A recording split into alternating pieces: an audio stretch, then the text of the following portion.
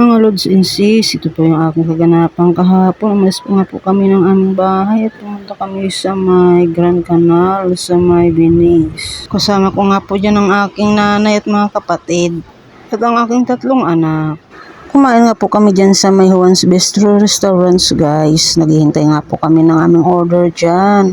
Matagal din po yung aming in-order na pagkain at ayan na nga po. Nailuto na nga po nila ang aming in-order na pagkain. Napakasarap nga po naman talaga ng mga pagkain dyan na niluto nila, guys. At busog na po kami ng buong pamilya ko, mga kapatid at aking nanay. Ayan nga po ang kanilang kari-kari, guys. May kunting bagoong alamang at masarap nga po, tumikim lamang tayo dyan. Katapos nga po namin kumain at naibalot ang aming pagkain dahil iuwi na nga po namin ang ibang pagkain sa bahay dahil namin naubos. Ayan nga po, paglabas namin, ayan may bangka dyan sa parang ilog nila, guys. Tumingin-tingin at nagpicture-picture lamang kami dyan ng aking mga anak. Saglit nga lang po kami dyan sa Grand Canal na yan at ayun na nga po, tinatawag na kami at paalis na nga daw po kami. Ayan, maganda tingnan ng lugar na ito. Ngayon lamang ako nakarating dyan. Pagtingin ko nga po, guys, ay para kang nasa ibang bansa. Napakaganda tingnan dyan. Ito naman po ay nasa High Street daw po ito, sabi ng aking anak na panganay. Madalas po siyang pumunta dyan. Napakaganda nga po, iba't ibang lahi ang nandyan dyan ng mga tao. Para siyang nasa ibang bansa, guys. Ayan nga po ang aking bayaw at ang kanyang anak.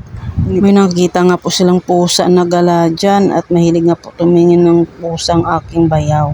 Ayan naman po yung aking anak na bunso si Daniel. Naglalaro at tuwang-tuwa nga po dyan. Dahil napakalawak na naman talaga ng paglalaruan niya. At ayan, napakaganda tingnan, guys. Maraming damo at maraming buildings na nakatayo dyan. At ayan, may tubig pa yung bato na nakasabi. Napakaganda, para siyang nasa ibang bansa talaga. Maganda ang lugar na ito. Ngayon naman kami nakapunta dyan sa street na yan. Ayan nga po ang aking mga kapatid. Kasama namin ang aming mga anak at mga pinsan nila. Ayan, magandang mga halamang nakalagay dyan, guys. Siguro maganda dyan tingnan pag may ilaw sa gabi. Pero sa hapon na kami pumunta dyan. Tuwang-tuwa nga po kami dyan at nagpicture-picture pa habang naglalakad po sila. Ay nauna na nga po yung aking mga kapatid at bayaw dyan at mga anak kong iba. At ako naman po ay busy sa pagbibideo sa paligid na aking nakikita dahil napakaganda nga naman. Ngayon lang ako nakapunta. Siyempre, sinulit na natin, guys, ang pagbibideo at pagpipicture dyan. Mga tanawin, ibang lahi nga dyan. Ay, may nakita po tayong mga tubig sa mga banga dyan. Ayun nga po, naglalakad ng aking nanay. Ay, may nakita naman tayong magandang tanawin, mga halaman na sa paligid. Pina-attract po talaga. Sana makabalik po ako dyan muli dahil saglit na nga lang po kami dyan naglakad-lakad, guys. Dahil gusto na nga pong umuwi at magpahinga ng aking bayaw dyan, guys. Ayan, may nakita tayong mga building. Para kang nasa Japan, guys, o nasa US. Dataas ng mga gusali na nakikita natin. Ayan nga po, inaakay ng aking hipag ang aking nanay.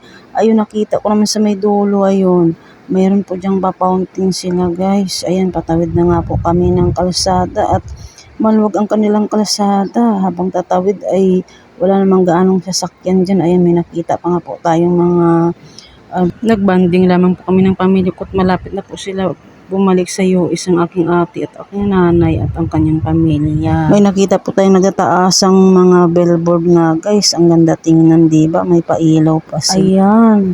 Nag-video nga po tayo dyan at ang ganda naman yung araw. Ayan nga po, makulimlim nga at ang buti na lamang at hindi umulan, guys, at nakakapasyal tayo. Ay may fountain po dyan, guys. Masaya nga po ako, guys, at sama-sama kami ng mga kapatid at nanay ko dahil ngayon after 3 years ngayon lamang kami nagsama-sama at nagpasyal-pasyal dyan sa lugar na iyan. Magandang moment po talaga ito, guys. Magandang banding ng family, guys, diba? Ayan nga po ang pangalawa kong ate, nagpicturan po sila at nagandahan sila sa fountain na riyan, guys. Ayan, ngayon naman tayo nakapunta uli. Sana makarating uli kami dyan lang dito lang ng video. Thank you for watching. Bye-bye. God bless everyone.